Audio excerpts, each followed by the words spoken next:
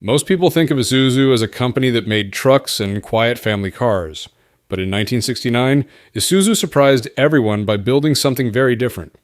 It was called the Isuzu Bellett GT-R, and it was not a regular car. It was small, loud, and fast. And it had a long name. Not many people outside Japan knew about it, but this little car made a big noise in racing and left a mark that some gearheads still talk about today. The story started with the Isuzu Bellett, which came out in 1963. It was a normal car, nothing flashy. But then, in 1964, Isuzu made the Bellett GT, a sportier version. It had a stronger engine and sharper looks. By the time 1969 rolled around, Isuzu wanted to go even further. They introduced the Bellett GTR, which stood for Grand Touring Racing. It was the first Japanese car to officially carry the GTR badge, way before Nissan Skyline GTR became famous. The Bellett GTR used the G161W engine, a 1.6-liter double overhead camshaft, 4-cylinder motor. This engine was borrowed from the stylish Isuzu 117 coupe, which was designed by Italian designer Giorgetto Giugiaro.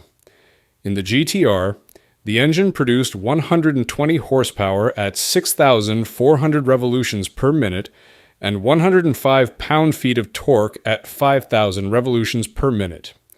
It was not huge power, but the car only weighed about 2,138 pounds, so it moved quickly.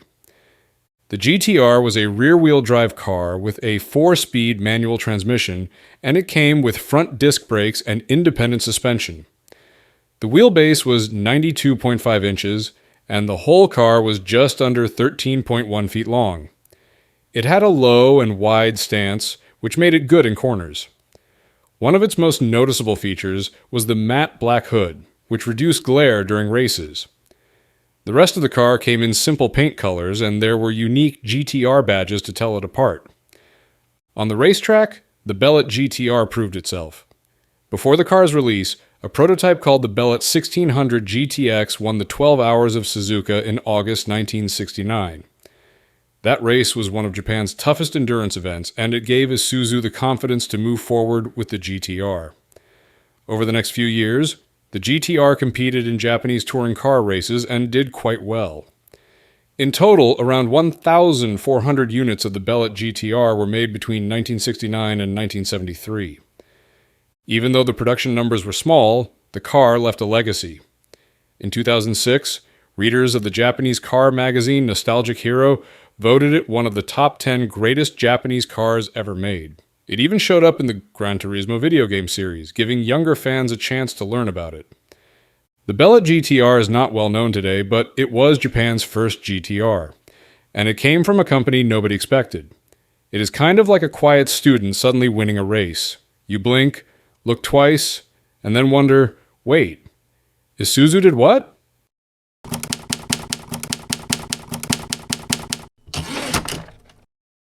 In the late 1980s, British car companies were trying to keep up with the hot hatch craze. Volkswagen had the Golf GTI. Peugeot had the 205 GTI. Ford had the Escort XR3i. And over in Britain, Austin Rover had something a bit different, something that arrived a little late, but came in fast and loud.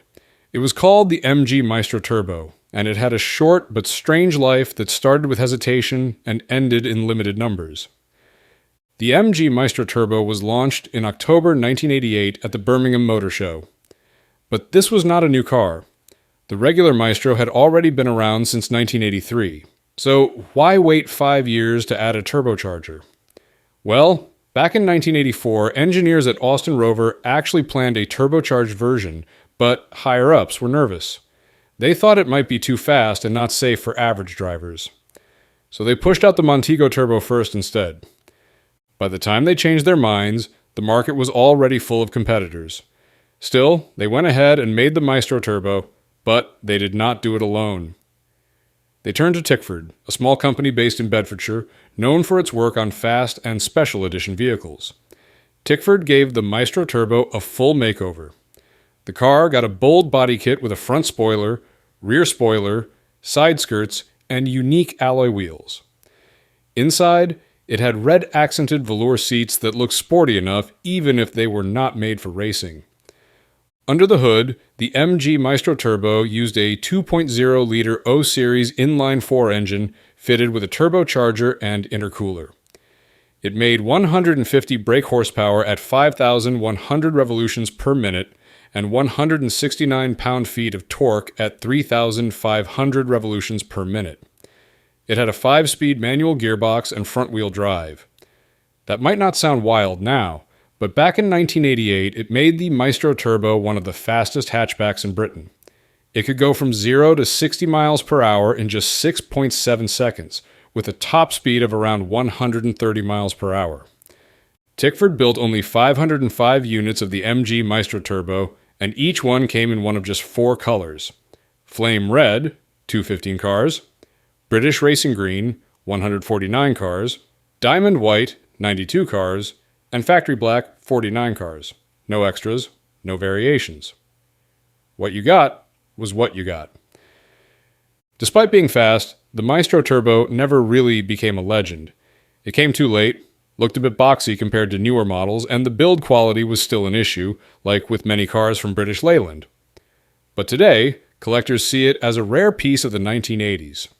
With just 505 made and fewer surviving, the MG Maestro Turbo is now one of the odd but interesting chapters in British motoring history. It was a car born from hesitation, shaped by Tickford, and gone before most people ever saw one on the road.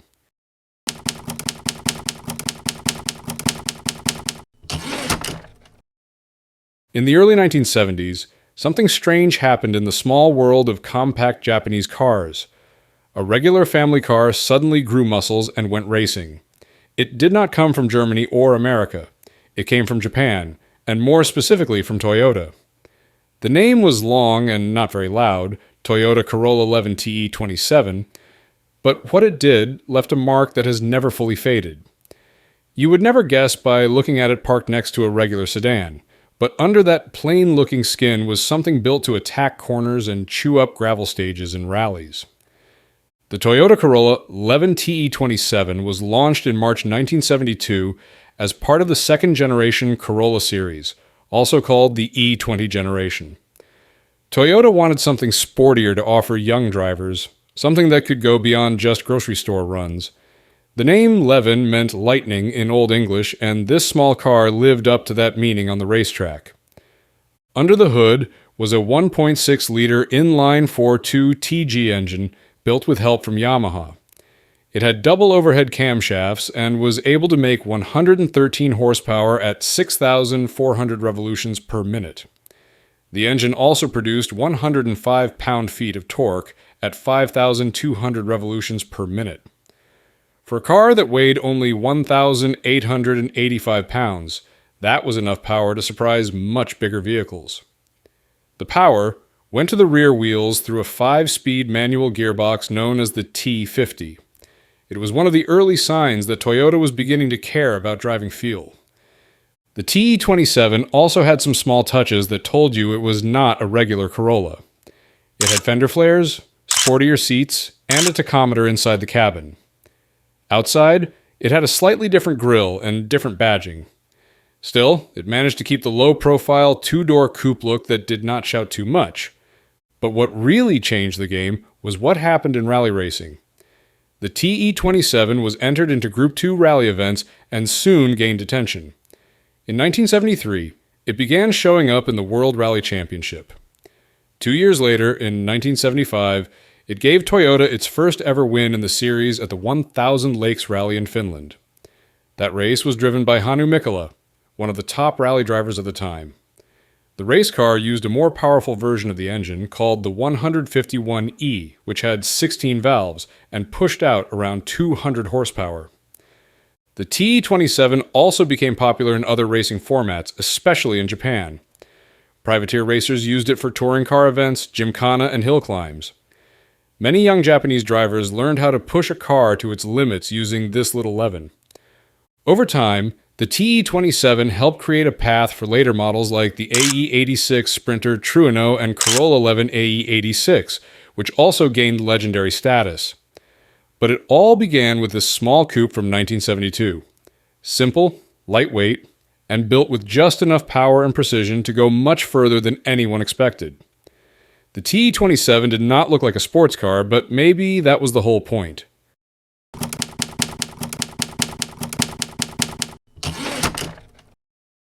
In the middle of the 1980s, Dodge took a boring, square-shaped economy car and turned it into something that made people do a double take.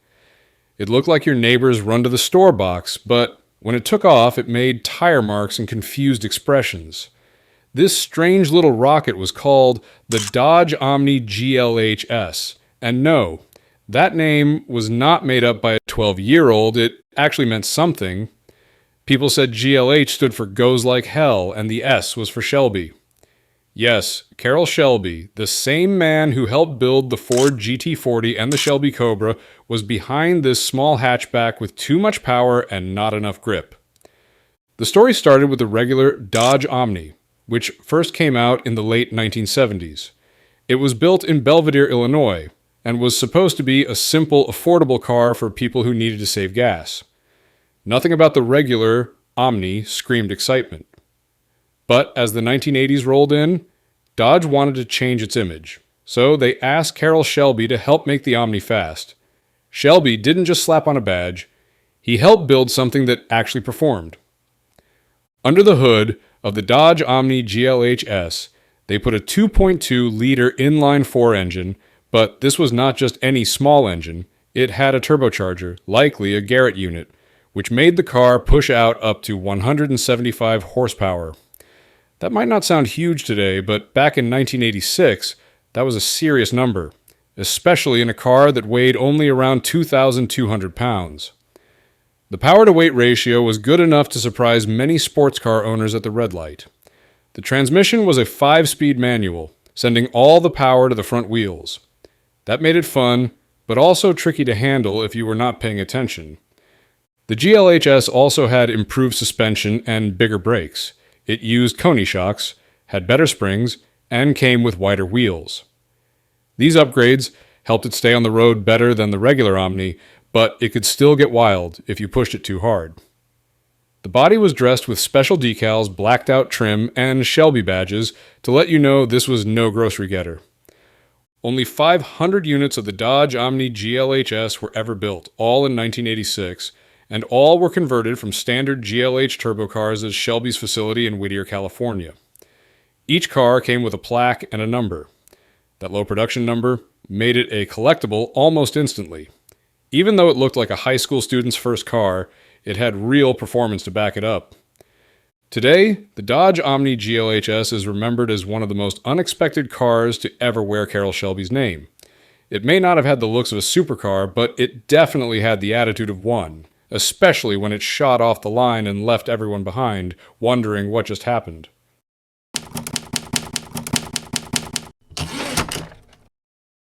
In the late 1960s, something strange was happening in the small city of Hiroshima, Japan. While the rest of the world stuck to pistons, Mazda decided to take a different path.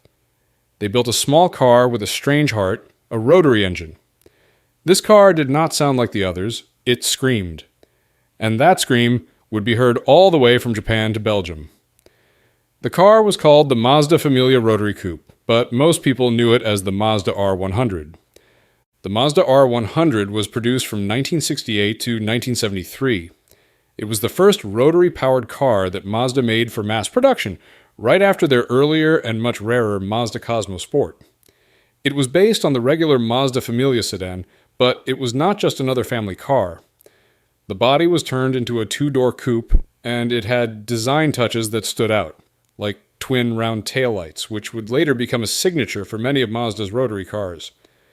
Under the hood, it had a 982 cubic centimeter 10A Wankel rotary engine. That is less than 1.0 liter in size, but it produced about 100 horsepower at 7,000 revolutions per minute and 97 pound-feet of torque at 3,500 revolutions per minute. This engine was paired with a 4-speed manual transmission. The whole car weighed only about 1,775 pounds, so it was pretty quick for its time. It could reach a top speed of around 112 miles per hour. Inside, The Mazda R100 was not fancy, but it was a step up from the regular Familia. It had plush seats, some chrome details, and what was called a T-dash layout because the dashboard was shaped like a giant T. It felt like a car that wanted to go fast, but still tried to look polite. The R100 also had a busy racing career. In April 1969, it won its class at the Singapore Grand Prix. A few months later, 2 Mazda R100 cars were entered in the 24 Hours of Spa-Francorchamps in Belgium. They finished 5th and 6th overall, beating many larger and more powerful cars. It also competed in the 84-hour Marathon de la Route at Nürburgring in Germany, where it finished in 5th place again. Back home in Japan, it won the All-Japan Grand Cup at Suzuka in November 1969. Despite all these achievements, the Mazda R100 had a rough time in the showroom. In Japan, the rotary engine gave buyers tax advantages because it had a small displacement. But when Mazda brought the car to the United States in 1971 and 1972, the results were disappointing. People were unsure about rotary engines, and the car's price and fuel use made it a tough sell. Only about 2,300 units were sold in the United States. Production ended in 1973. In total, about 95,891 rotary-powered Familia models were built. The R100 was replaced by newer rotary cars like the Mazda RX-2 and Mazda RX-3, which continued Mazda's unusual experiment with the rotary engine. Today, the Mazda R100 is rare. Some people collect it for its strange design, others because of its racing story. Either way, it was the little Japanese car that dared to be different and made a lot of noise doing it.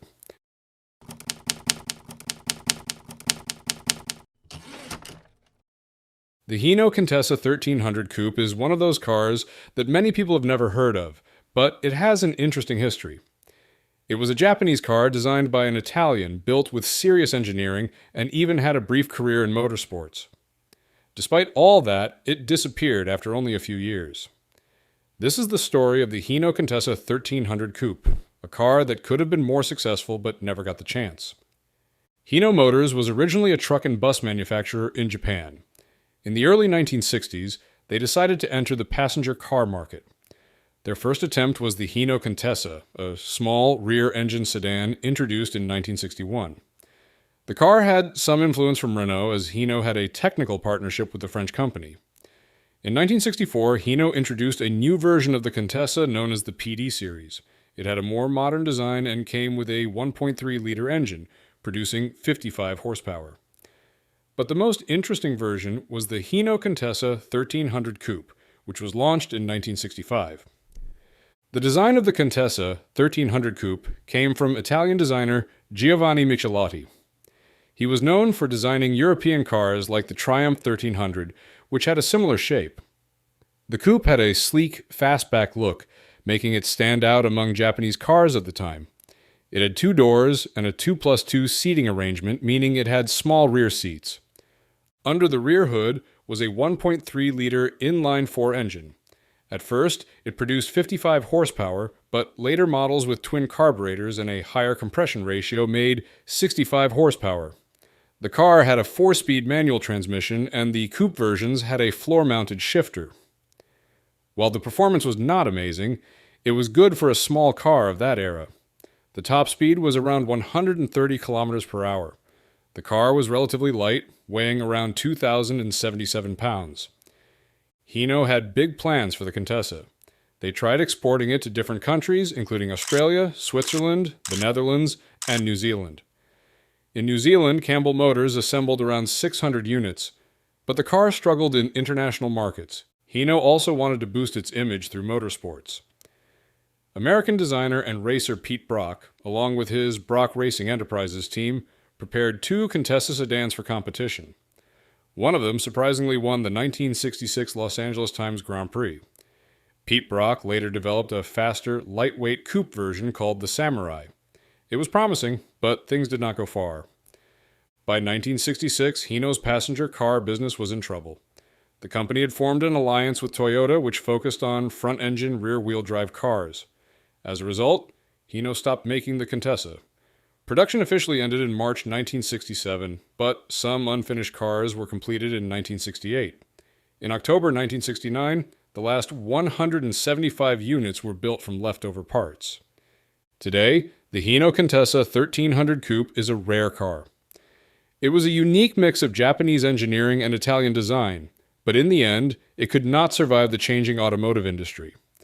It is now a piece of history remembered by those who appreciate unusual cars.